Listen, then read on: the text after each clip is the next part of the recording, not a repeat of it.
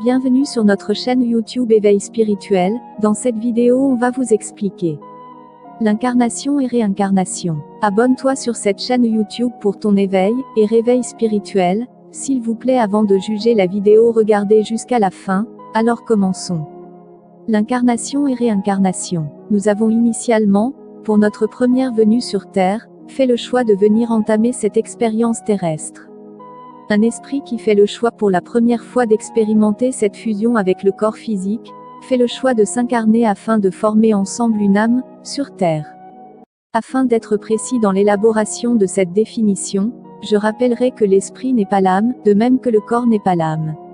L'âme est le résultat du rendez-vous entre le corps et l'esprit, que ce soit dans l'utérus ou ailleurs. L'âme est le produit de la fusion du corps et de l'esprit. L'âme, définissant l'être humain. Il naît avec le plein potentiel de son pouvoir spirituel non adultéré ou altéré par les notions humaines, les lois, les dogmes et préceptes, les enseignements, la morale, l'injustice humaine, les limitations issues de la pensée humaine, tout ce qui constitue le voile aveugle qui empêche l'homme d'exprimer sa vraie nature initiale qui est la divinité dans l'homme, l'homme-dieu. Donc tant que cet esprit, venant pour la toute première fois sur Terre par l'incarnation, n'aura pas été adultéré ni altéré, il sera la lumière du monde, la totalité du pouvoir de Dieu manifesté dans l'homme. Sa vie sera l'exemple même que l'homme, dans sa vraie nature, est fils de Dieu. Un tel homme vibre constamment sur le champ vibratoire divin, et son approche de la vie reflète cette maturité suprême.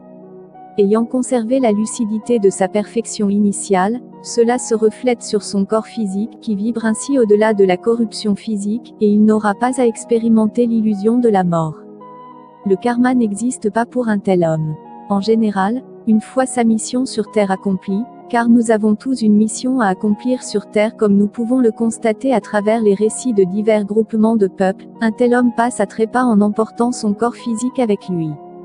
Il ascensionne dans toute sa gloire, et peut circonvoluer à souhait pour l'éternité, car il est amalgamé à Dieu, source de toutes les sources, ainsi que le Fils Jésus de Nazareth devenu Christ, Simon Kimbangu, Simaokoto, Ra, le prince Siddhartha devenu Bouddha, Kuan Yin, etc., que l'on appelle plus communément des maîtres ascensionnés. Mais, lorsque nous ne conservons pas notre état de perfection, lors de notre incarnation initiale, pour toutes les raisons que j'ai précitées plus haut, nous subissons l'expérience de la séparation du corps et de l'esprit causée par l'illusion de la mort. C'est ainsi que s'applique alors la loi karmique. Les diverses réincarnations suscitent des séparations répétitives afin d'accomplir les cycles karmiques obligatoires, nécessaires pour permettre à l'esprit de parfaire sa signature vibratoire et d'atteindre le niveau spirituel de perfection divine qu'il exprimait avant l'échec de son incarnation initiale. Selon ce que l'on a exprimé au cours de la vie, les circonstances des réincarnations successives varient en fonction des signatures vibratoires des réincarnations précédentes.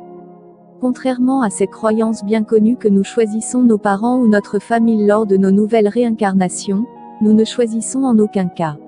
En réalité, nous sommes soumis à la charge karmique accumulée durant nos expériences terrestres, c'est donc en fonction de cette tonalité que notre esprit va être automatiquement envoyé dans une famille prête, elle aussi, à recevoir cet être car la tonalité vibratoire de la famille sera en osmose avec lui.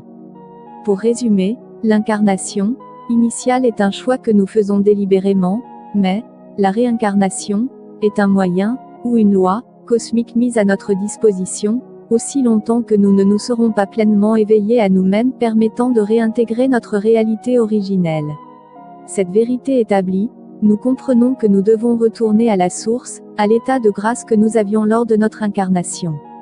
Par exemple, lorsque nous utilisons le terme Christ, c'est en fait qu'à un moment. Lorsque notre signature vibratoire reste très élevée, nous finissons par nous amalgamer à la source divine. C'est ainsi que Jésus de Nazareth est devenu Jésus-Christ, car il a exprimé la force christique, la force divine. Merci d'avoir regardé la vidéo jusqu'à fin. Si vous avez de questions sur cette vidéo, n'hésitez pas à nous contacter ou commenter la vidéo. Prochainement, on va parler du Christ, pas Jésus-Christ de Nazareth, mais du Christ.